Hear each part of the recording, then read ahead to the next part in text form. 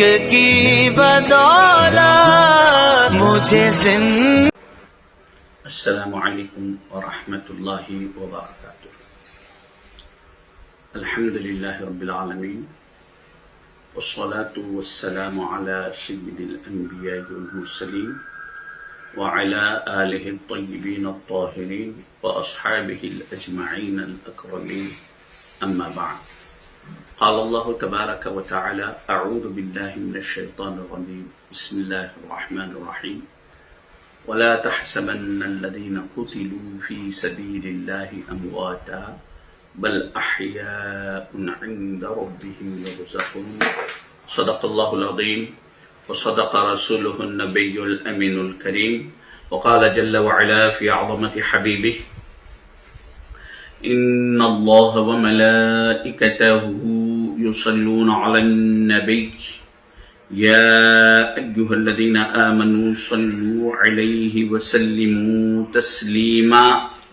اللهم صل على سيدنا محمد وعلى آل محمد أفضل صلواتك وعدد معلوماتك وبارك وسلم۔ معزز ناظرین و سامعین کرام، ابھی میں نے آپ کے سامنے جس آیت مبارکہ کی تلاوت کا شرف حاصل کیا، یہ چوتھا پارہ سورہ آل عمران کی 169ویں آیت ہے۔ یہ آیت مبارکہ شہدائے احد کے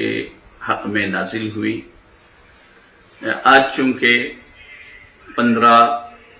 شوال ہے، جنگ احد اسی تاریخ میں پیش آئی، اسی مناسبت سے غزوہ احد اور سیدنا حمزہ عم رسول صلی اللہ علیہ وسلم کے فضائل اور شہداء کا مقام و مرتبہ آپ کے سامنے پیش کیا جائے گا۔ حاضرین کرام، مسلمانوں کو چاہیے کہ موجودہ حالات میں تاریخ اسلام کا مطالعہ کریں، تاریخ اسلام اور نبی کریم صلی اللہ علیہ وسلم کی سیرت کے مطالعے سے جہاں پر ہم کو عزم حوصلہ ملتا ہے، نئی راہیں ملتے ہیں، وہیں پر ہماری روحانیت پر بھی اثر ہوتا ہے، ہمارے دل پاک و صاف ہونے لگتے ہیں اور مسلمانوں کے اندر جذبہ ایمان پیدا ہوتا ہے۔ سیرت النبی صلی اللہ علیہ وسلم یہ وہ باب ہے جس میں قرآن بھی ہے، حدیث بھی ہے، انسان کی زندگی کے پورے مسائل بھی ہیں۔ تو سیرت النبی صلی اللہ علیہ وسلم کا جب ہم مطالعہ کرتے ہیں تو مستقل طور پر غزوات ایک باب ہی ہے، اور بخاری شریف میں امام بخاری رحمۃ اللہ علیہ نے کتاب المغازی میں پوری تفصیل کے ساتھ غزوات کا ذکر فرمایا ہے۔ اسلامی غزوات میں دوسری سب سے بڑی جنگ ہے یہ جنگ احد۔ جنگ بدر الکبریٰ، غزوہ بدر الکبریٰ کے بعد یہ جنگ پیش آئی، اور اس کے اسباب یہ ہوئے کہ جب مشرکین مکہ کو جنگ بدر میں شکست فاش ہوئی تو لوگ اسی وقت اعلان کر دیے تھے کہ پھر ہم دوبارہ جو ہے نا 1 سال بعد مکمل تیاری کے ساتھ جو ہے نا ایک اور معرکہ کریں گے۔ یہ اسی معرکہ کا ایک حصہ ہے ان کے اعلان کا۔ سن 3 ہجری 15 شوال ہفتے کے دن یہ جنگ پیش آئی۔ اللہ کے نبی صلی اللہ علیہ وسلم ہر اعتبار سے اللہ تبارک و تعالیٰ نے آپ کو کامل و اکمل و مکمل بنا کر دنیا میں بھیجا ہے، چاہے وہ میدان جہاد ہو، میدان کارزار ہو، یا کوئی بھی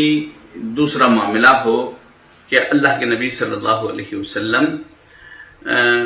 جس معاملے میں بھی آپ قدم رکھے، آپ جس طرف بھی رخ کیے، اللہ تبارک و تعالیٰ آپ کو کامیابی سے سرفراز فرمایا۔ ہجرت مدینہ منورہ کے بعد مشرکین مکہ کی شرارتیں کم نہیں ہوئی، بلکہ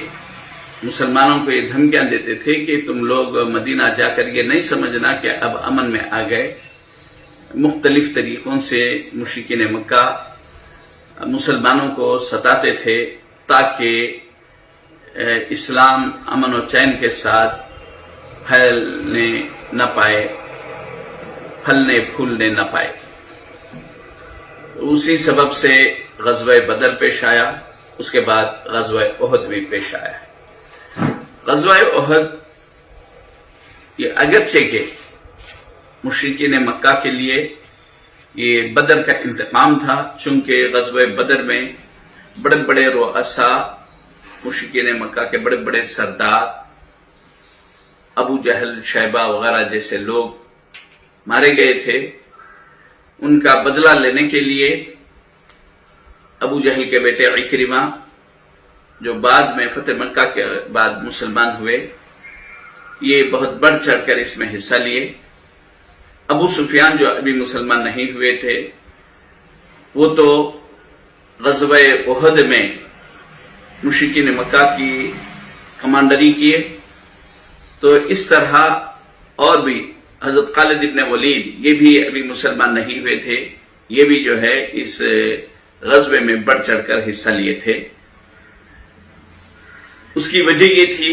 کہ بڑے بڑے سرداران قریش مارے گئے تھے، اس کا بدلہ لینا چاہتے تھے. سن 3 ہجری میں اللہ کے نبی صلی اللہ علیہ وسلم اپنے مخبروں کو پھیلا دیے تھے کہ حالات کا جائزہ لیتے رہیں اور مسلمانوں کو اس کی اطلاع دیتے رہیں. تو اس طریقے سے یہ اطلاع دے دی گئی کہ حالات مشرکین مکہ مدینہ منورہ پر چڑھائی کی تیاری کر رہے ہیں، کبھی بھی وہ حملہ آور ہو سکتے ہیں. تو اس کے بعد سے ہی رسول اللہ صلی اللہ علیہ وسلم صحابہ کرام کو آگاہ کر دیے تھے، اور صحابہ کرام مدینہ منورہ کی حفاظت کرتے ہوئے راتیں گزارتے تھے. باری باری جو لوگ باہر سے داخل ہونے کے جو راستے ہیں مدینہ منورہ میں، ان راستوں پر پہرا لگا دیا گیا تھا، اور لوگ راتوں میں بیدار ہو کر باری باری سے جو ہے نا حفاظت کرتے تھے. خود اللہ کے نبی صلی اللہ علیہ وسلم کی حفاظت کے لیے صحابہ کرام رات میں ہتھیار کے ساتھ پہرا دیا کرتے تھے. بلکہ نوبت یہاں تک آ گئی تھی کہ نماز کے لیے بھی جب مسجد کو آتے تو ہتھیار ساتھ لے کر آتے تھے. تو اس کی وجہ یہ تھی کہ کبھی بھی جو ہے نا دشمن مدینے پر حملہ کر سکتا تھا. جب دشمن مکہ مکرمہ سے نکل گیا اور مدینے کے قریب پہنچ گیا، اطلاع ملی، تو اللہ کے نبی صلی اللہ علیہ وسلم جمعے کی نماز کے بعد اجلہ صاحب کرام کو جمع کیے اور مشورہ لیے کہ ہم کو کیا کرنا چاہیے. رسول اللہ صلی اللہ علیہ وسلم کا ارادہ یہ تھا کہ مکہ مدینہ منورہ میں شہر میں رہ کر وہ لوگوں سے مقابلہ کیا جائے، ان کو شہر کے اندر داخل ہونے نہ دیا جائے، اور کوشش کی جائے کہ ان کو جو ہے نا شہر میں داخل ہونے سے روک دے. لیکن جو صحابہ کرام جنگ بدر میں شریک نہیں ہو سکے تھے، یا جن کے وہ نوجوان صحابہ جن کے دل میں جذبہ شوق شہادت تھا، تو وہ لوگوں نے کہا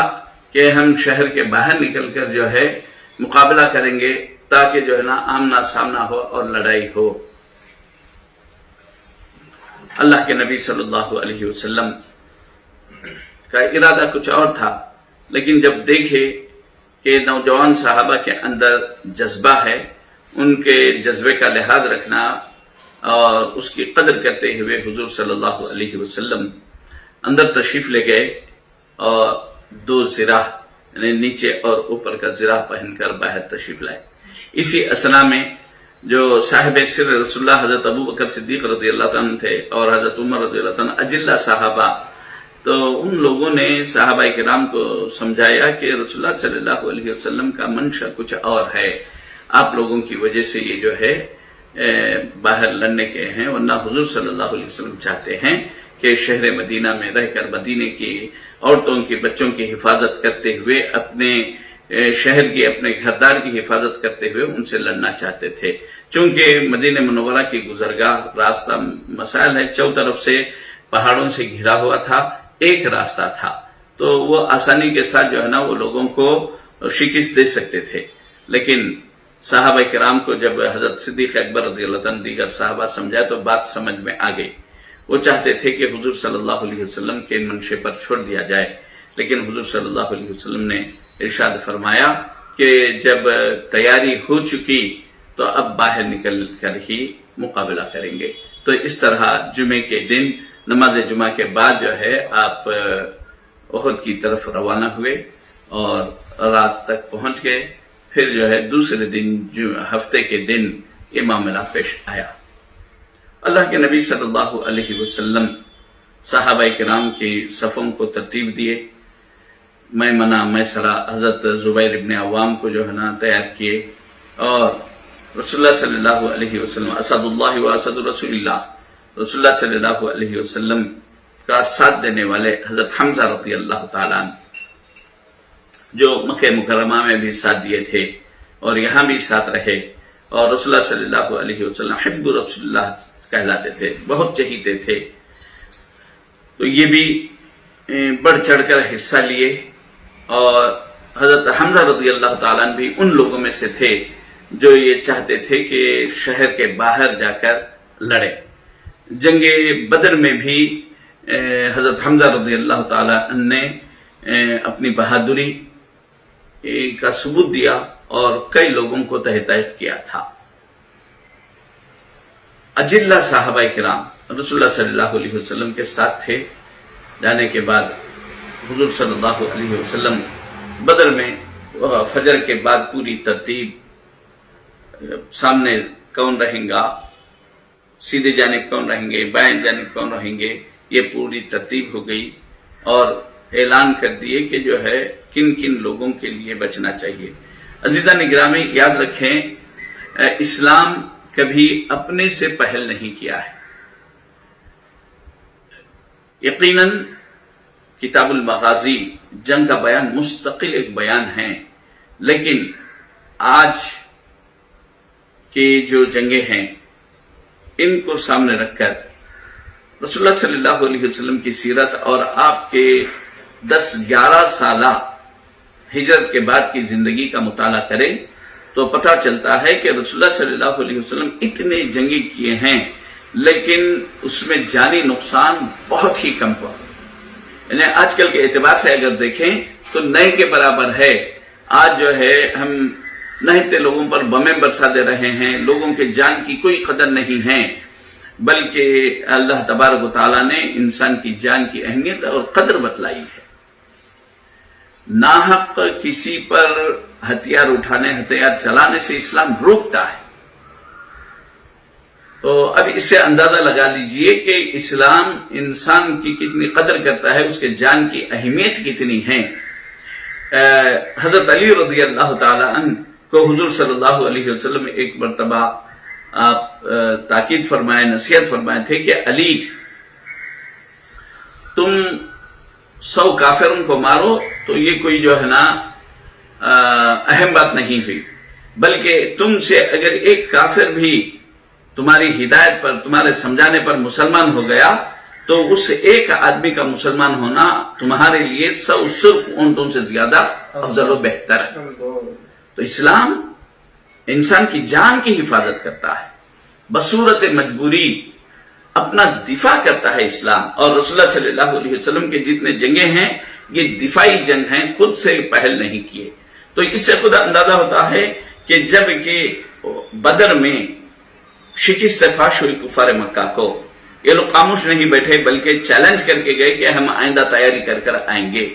تو حضور صلی اللہ علیہ وسلم ان کے چیلنج کو قبول کرتے ہوئے خود تیار رہے، خود سے جا کر مکے پر کبھی حملہ نہیں کیا، بلکہ مکہ مکرمہ سے وہ لوگ مدینہ منورہ آئے اور احد مقام پر جو ہے نا یہ دوسری بڑی جنگ لڑی گئی. اس کے نتائج ابتدا میں تو مسلمانوں کے حق میں تھے، بعد میں پھر برابری پر معاملات ختم ہو گیا، اور اس کی وجہ بھی کیا ہے وہ بھی چیز آپ کے سامنے گزار کروں گا. عزیزان گرامی، جنگ احد میں رسول اللہ صلی اللہ علیہ وسلم کے بہت سے معجزات ظاہر ہوئے. اور رسول اللہ صلی اللہ علیہ وسلم کے علم غیب کا بھی اظہار ہوا. بہت سی چیزیں آپ جو فرمائے تھے وہ یہاں پر جو ہے نا پیش آئے. اس کے علاوہ صحابہ کرام جو تھوڑی دیر کے لیے عدل حکمی کی ہے یا صحابہ سے جو کوتاہی ہو گئی، جو غلطی ہو گئی، اس کا نتیجہ کیا ہوا، اس کا انجام کیا ہوا، یہ بھی معلوم ہوتا ہے کہ رسول اللہ صلی اللہ علیہ وسلم کے احکامات کو بجا لانے میں ہمارے لیے کامیابی کامرانی ہے، اور عدل حکمی میں مسلمانوں کا خسارہ ہے، امت کا گھاٹا ہے. یہ بھی اس سے معلوم ہوتا ہے کہ اللہ کے نبی صلی اللہ علیہ وسلم جب مکمل تیاری ہو گئی، جنگ شروع ہو گئی، تو حضور صلی اللہ علیہ وسلم بہت سے چیزوں میں بتلا دیے تھے کہ یہ ایسا ایسا ہوگا. حضور صلی اللہ علیہ وسلم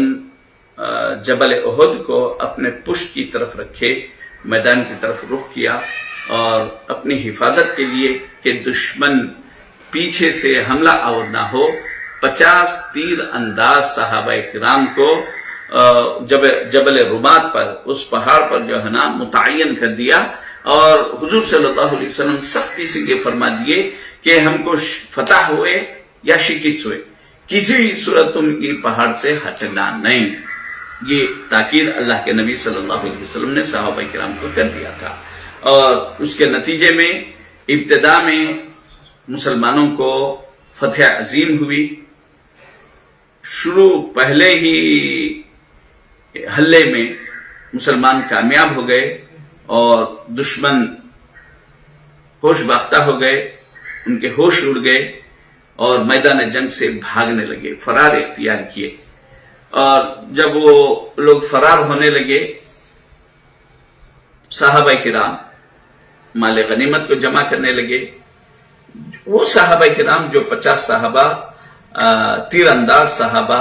جن کو رسول اللہ صلی اللہ علیہ وسلم پہاڑ پر متعین کیے تھے اور ان کو بتلا دیے تھے کہ کسی طرح یہاں سے نہیں ہٹنا، جب انہوں نے دیکھا کہ اب جنگ ختم ہو گئی، دشمن بھاگنے لگا اور مسلمان مال غنیمت کو جمع کر رہے ہیں، تو یہ لوگ بھی جانا چاہے، لیکن ان کے جو امیر لشکر تھے وہ روکتے رہے. لیکن حضور صلی اللہ علیہ وسلم کا حکم ہے ہر حال میں، جب تک کہ حضور صلی اللہ علیہ وسلم ہم کو یہاں سے اترنے کے لیے نہیں فرمائے، اس وقت تک ہم کو مورچہ چھوڑنا نہیں ہے. لیکن صحابہ کرام وہ یہاں پر جو ہے نا یہ سمجھنے لگے، اپنے ذہن سے یہ سوچنے لگے کہ اب تو جنگ ختم ہو گئی، اب دشمن جو ہے نا راہ فرار اختیار کیا، وہ پیٹ پھیر کر چلے جا رہا ہے، اور صحابہ کرام جو ہے مال غنیمت کو جمع کر رہے ہیں. تو یہ سمجھ کر کہ جنگ تو ختم ہو گئی، حضور صلی اللہ علیہ وسلم جنگ کے وقت فرمائے تھے، وہ اتر گئے. لیکن جو صحابی جن کو امیر بنایا گیا تھا، وہ صحابی اور ان کے ساتھ اور 10 صحابہ فرمائے کہ ہم تو یہاں سے جب تک کہ حضور کا حکم نہیں ہوا نہیں جائیں گے، ڈٹے رہے. حضرت خالد ابن ولید جو ابھی مسلمان نہیں ہوئے تھے، عکرمہ ابو جہل کے بیٹے، اپنے باپ کا انتقام لینے کے لیے بہت ہی بے چین تھے. جب یہ لوگ بھاگتے بھاگتے انہوں نے دیکھا کہ یہاں کا مورچہ خالی ہے، انہیں اس سے پہلے ایک مرتبہ آ کر حملہ کرنا چاہے، یہ تیر انداز صحابہ کرام نے اتنے تیر برسائے کہ کئی کفار مکہ مارے گئے اور سنبھلنے نہیں پائے، وہ پھر جو ہے نا واپس نیچے اترنا پڑا. جب انہوں نے دیکھا کہ مورچہ خالی ہو چکا ہے اور جو صحابہ تیر انداز صحابہ اوپر نگرانی کر رہے تھے وہ لوگ مورچہ چھوڑ کر چلے گئے ہیں، پلٹ کر وہ ایک دستہ لے کر جو ہے اس پہاڑ پر چڑھ گئے اور پہاڑ سے اتر کر رسول اللہ صلی اللہ علیہ وسلم کے پشت کی طرف آگے. یعنی یہ ایسا وقت تھا کہ پیچھے کفار مکہ آئے اور سامنے مسلمان کفار کو بھگا رہے ہیں. اب یہ لوگ جب پہاڑ کے اوپر چڑھنے لگے تو یہ جو 10-11 صحابہ تھے وہ خوب جم کر مقابلہ کیا، تیریں برسائے، اور یہ لوگ بھی تیریں برساتے ہوئے اوپر آنے لگے. چونکہ صحابہ کی تعداد بالکل مختصر تھی، کم ہو گئی تھی، تو یہ لوگ بے قابو ہو گئے اور پیچھے سے مقابلہ بہت زیادہ تھا، تو یہ پورے 10-11 صحابہ پورے شہید ہو گئے. تو یہ لوگ جو ہے پہاڑ چڑھ کر آئے اور آ کر پہاڑ پر ٹھہر کر جو ہے نا کفار کو للکارے اور ان کو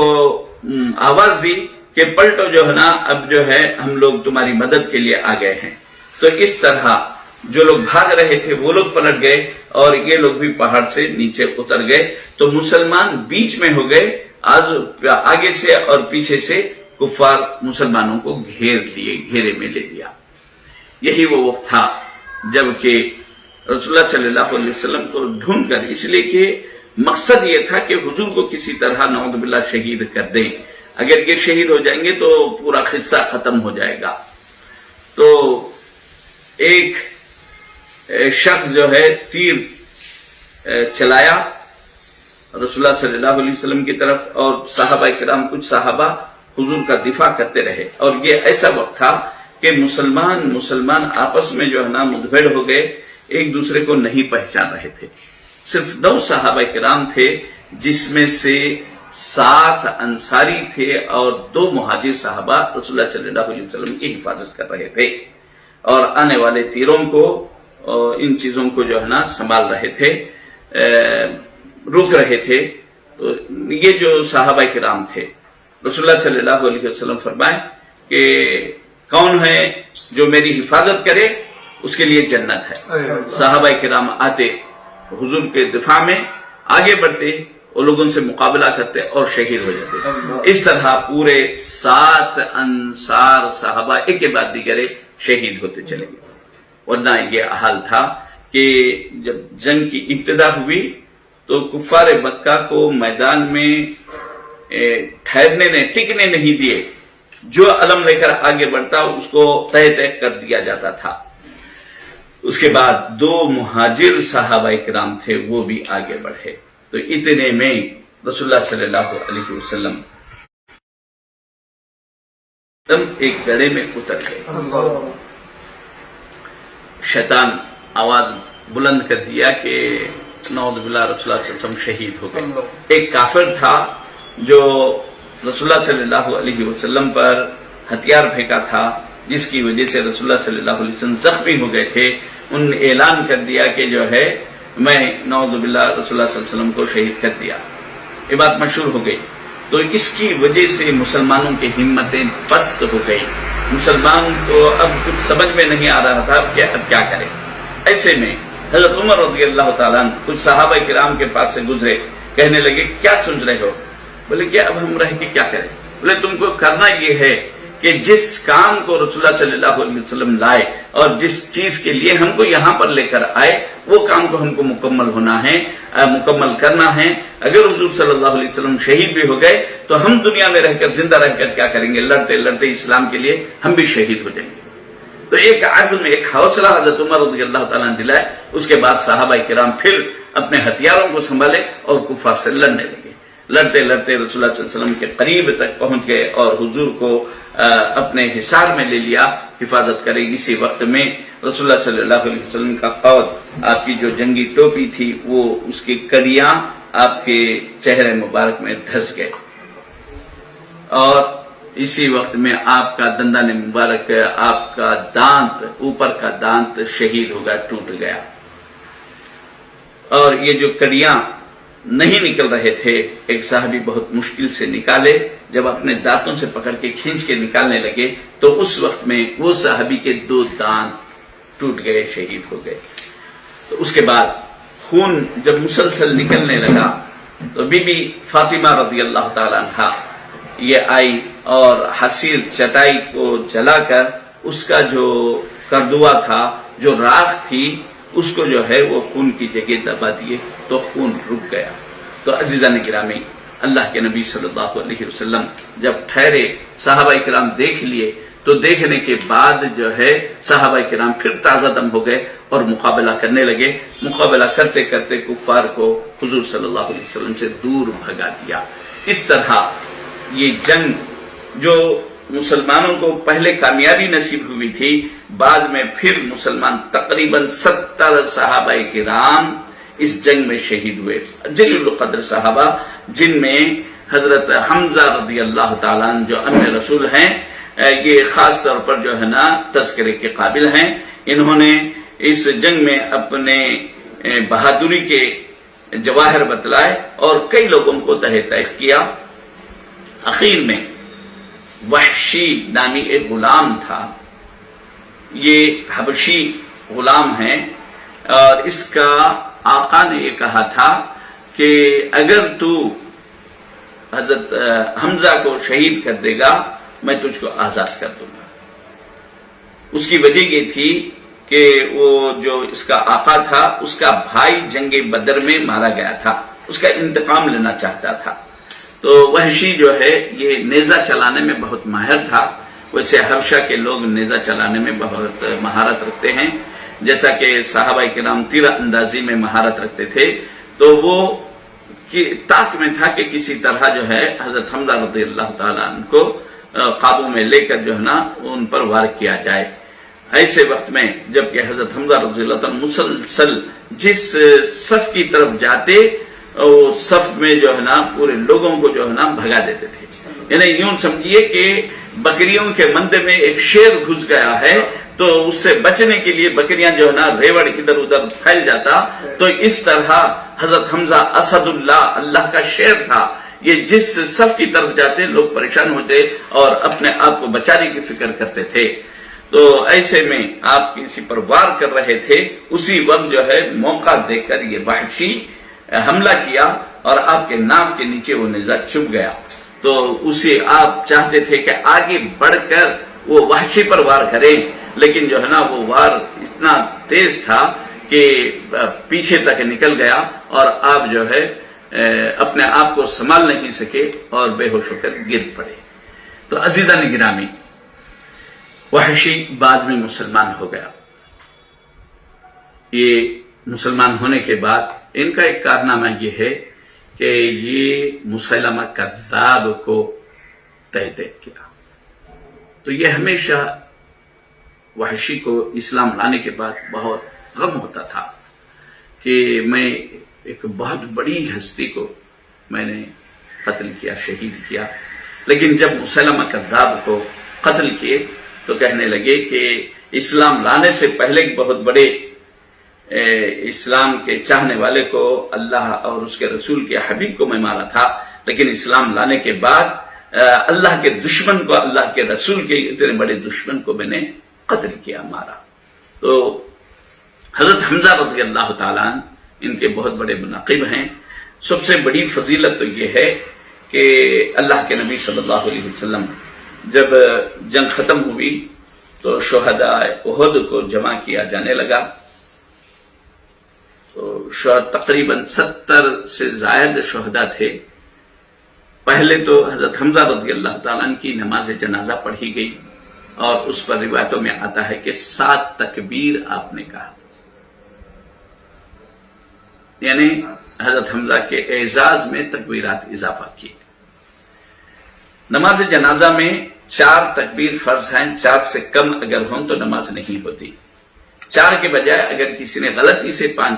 سے آمدن نہیں 5 کہہ دیا تو نماز ہو جاتی ہے۔ 3 تکبیرات پہ اگر کوئی سلام پھیر دیا تو نماز جنازہ نہیں ہوتی، دوبارہ پڑھنا پڑتا ہے۔ یہ شہداء احد کی نماز جنازہ سے متعلق یا شہداء کی نماز جنازہ سے متعلق اس میں مختلف روایتیں ملتی ہیں۔ حضرت جابر ابن عبداللہ رضی اللہ تعالی عنہ کی ایک روایت ہے کہ رسول اللہ صلی اللہ علیہ وسلم شہداء پر نماز جنازہ نہیں پڑھے، تو اس کے بارے میں جواب دیا گیا کہ قصہ واقعہ یہ ہے کہ حضرت عبداللہ جو حضرت جابر رضی اللہ تعالیٰ عنہ کے والد ہیں، یہ بھی شہید ہو گئے تھے احد میں، اور یہ چاہتے تھے کہ ان کو مدینہ منورہ لے جا کر اپنے مقام پر، اپنے جو ہے نا جگہ جو ہے ان کو دفن کیا جائے۔ اس وجہ سے حضرت جابر رضی اللہ عنہ اپنے والد کو، حضرت عبداللہ کو مدینہ منورہ لے کر چلے گئے تھے۔ تو اس کے بعد کیا واقعات ہوئے، شہداء کے ساتھ کیا معاملہ ہوا، اس سے وہ واقف نہیں تھے۔ تو اللہ کے نبی صلی اللہ علیہ وسلم حضرت حمزہ رضی اللہ عنہ کی نماز جنازہ پڑھائے، اس کے بعد جو بھی جنازہ لایا جاتا شہداء کا تو حضرت حمزہ کے بازو پہلو میں رکھے تھے، نماز پڑھتے، وہ شہید کو وہاں سے اٹھا لیتے، پھر دوسرے شہید کو لاتے وہاں پر رکھتے، نماز پڑھتے۔ اس طرح تو 70 سے زائد مرتبہ حضرت حمزہ رضی اللہ تعالیٰ عنہ کی نماز جنازہ ادا کی گئی۔ تو یہ آپ کی فضیلت میں اللہ کے نبی صلی اللہ علیہ وسلم نے ایک کام کیا ہے۔ اس کے بعد اعلان کر دیے کہ شہداء جتنے بھی ہیں ان کو اسی مقام پر دفنایا جائے جہاں پر وہ شہید ہوئے۔ تو حضرت جابر رضی اللہ تعالیٰ عنہ بھی پھر اپنے والد کو یہ اعلان مدینہ منورہ میں سننے کے بعد اپنے والد کو لے کر آئے اور وہیں پر دفن کیا۔ دفن کرنے کے لیے بھی دو تین صحابہ کرام کو ایک ایک قبر میں دفن کیے۔ رسول اللہ صلی اللہ علیہ وسلم پوچھتے کہ کون زیادہ قاری ہیں، قرآن زیادہ کس کو یاد ہے؟ جن کو زیادہ قرآن مجید یاد ہوتا وہ صحابی کو قبلے کی طرف رکھتے، اس کے بعد دوسرے صحابی کو رکھتے تھے۔ اس طرح دو تین صحابہ کرام کو ایک ایک قبر میں دفن کرنے لگے۔ شہدائے احد کو پورا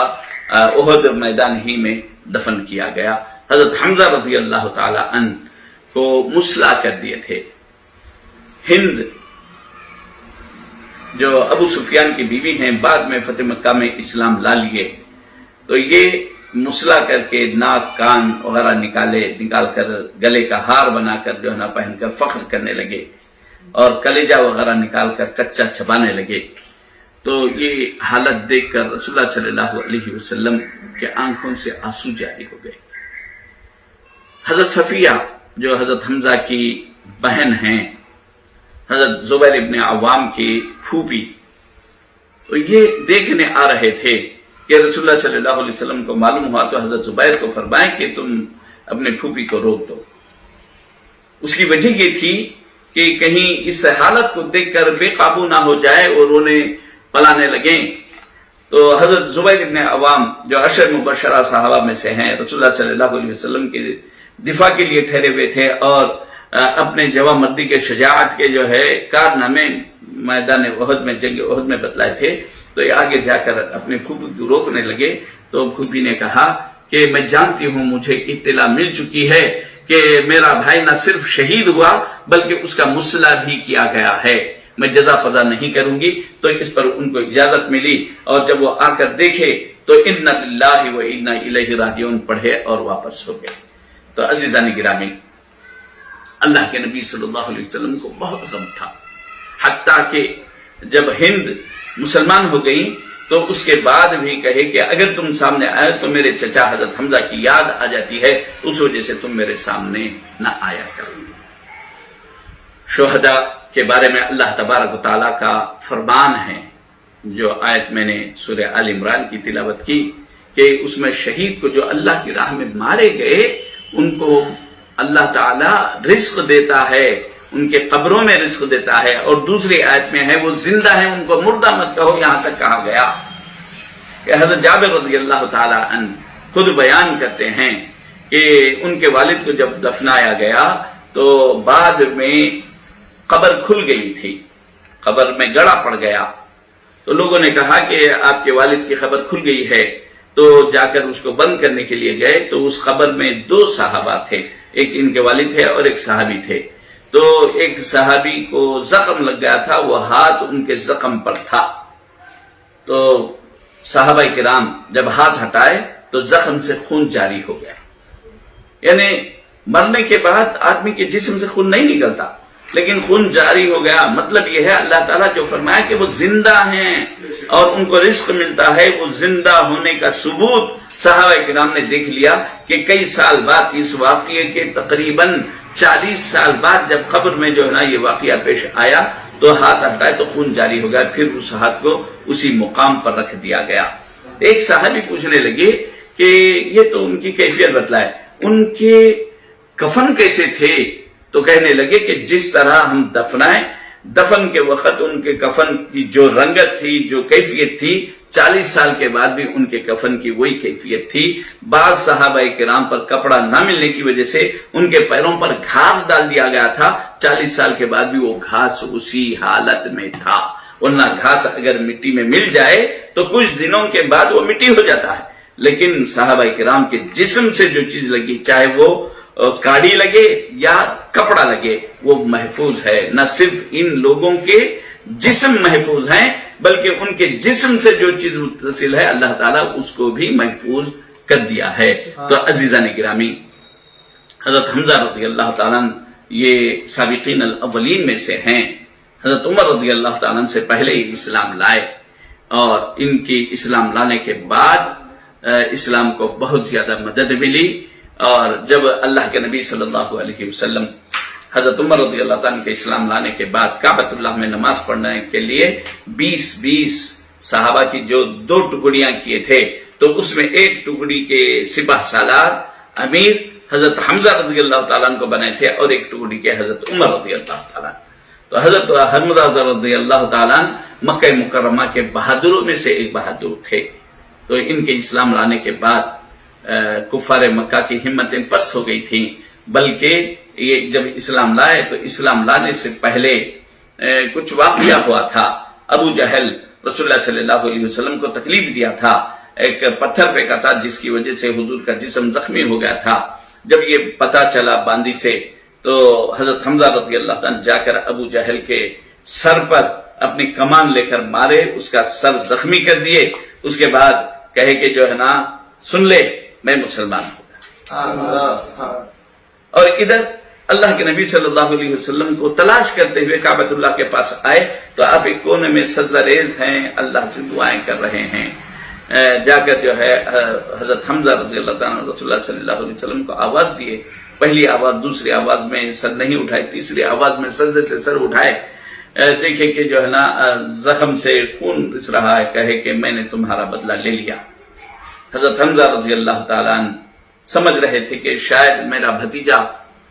اللہ کے نبی صلی اللہ علیہ وسلم سے خوش ہو جائیں گے، لیکن آپ خوش نہیں ہوئے۔ تو اس پر حضرت حمزہ پوچھنے لگے تم کو خوشی کیسے ہوگی؟ تو آپ نے فرمایا کہ مجھے خوشی اس وقت ہوگی جبکہ آپ مسلمان ہو جائیں، اسلام لا لیں۔ تو اس وقت حضرت حمزہ نے کہا کہ ہاں میں مسلمان ہو گیا، کلمہ پڑھنے لگے۔ تو حضور صلی اللہ علیہ وسلم کو حضرت حمزہ کے اسلام لانے پر جتنی خوشی ہوئی، ابو جہل کو مارنے پر اتنی خوشی نہیں ہوئی تھی۔ تو آپ حضرت حمزہ رضی اللہ تعالیٰ عنہ رسول اللہ صلی اللہ علیہ وسلم کے سگے چچا ہیں۔ آپ کے چچاؤں میں حضرت حمزہ، حضرت عباس رضی اللہ تعالیٰ عنہ، یہ دونوں مسلمان ہوئے، اور حضرت حمزہ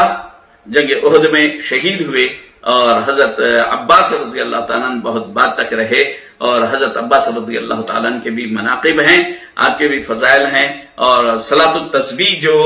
ہم مسلمانوں کو جو ملی، حضرت عباس رضی اللہ تعالیٰ عنہ ہی کو رسول اللہ صلی اللہ علیہ وسلم اس کے حضرت صلاۃ التسبیح کے بارے میں سمجھائے تھے۔ تو عزیزان گرامی، آج حضرت حمزہ رضی اللہ تعالیٰ عنہ اور خصوصیت کے ساتھ، اور تمام شہدائے احد، بلکہ جتنے شہدائے اسلام ہیں ان سب کے لیے فاتحہ دلائی جائے، ان کے لیے ایصال ثواب کیا جائے۔ ان کو تو اللہ تعالیٰ بلند مقامات عطا فرمایا ہی ہے، ہمارے ایصال ثواب سے نہیں، بلکہ ہمارے ایصال ثواب کی وجہ سے اللہ تعالیٰ ہم پر نظر عنایت فرمائے گا، ہماری جو ہے نا پریشانی دور ہوگی، ہماری مصیبتیں دفع ہوں گے، چونکہ یہ شہداء زندہ ہیں اور اللہ کے پاس بہت بڑا مقام پائے ہوئے ہیں۔ جب ان کے لیے ہم کچھ تحفہ بھیجتے ہیں تو ان کی نظر عنایت ہماری طرف ہوتی ہے، اور نظر عنایت جب ہو تو ان کے نظر عنایت کی وجہ سے ہمارے مسائل، مصیبتیں، پریشانیاں دور ہوتے ہیں۔ اللہ تعالیٰ سے دعا ہے کہ اللہ تعالیٰ شہدائے بدر اور شہدائے احد کے صدقے میں ہماری پریشانیوں کو دور فرمائے، یہ جو وبا ہے دنیا سے اس کا خاتمہ فرمائے، اور اللہ تبارک و تعالی ہمارے پریشانیوں کو دور فرمائے، مسلمانوں کو نیک توفیق عطا فرمائے۔ یہ جو شہداء کرام ہیں اسلام کی راہ میں، جنہوں نے اپنی جانوں کو دے دیا، اپنے مال کو قربان کر دیا، تو کم از کم ان کے نام لیوا ہیں، تو اللہ تعالی ہمارے دلوں میں ایمان کا جذبہ، عمل کا جذبہ اجاگر فرمائے، عمل کرنے کی ہم کو نیک توفیق عطا فرمائے، اور اخلاص کے ساتھ اسلام کے لیے، اسلام کی خدمت کرنے کی توفیق عطا فرمائے۔ وصلی اللہ تعالی وسلم علی خیر خلقہ وعلی آلہ واصحابہ اجمعین والحمد للہ رب العالمین۔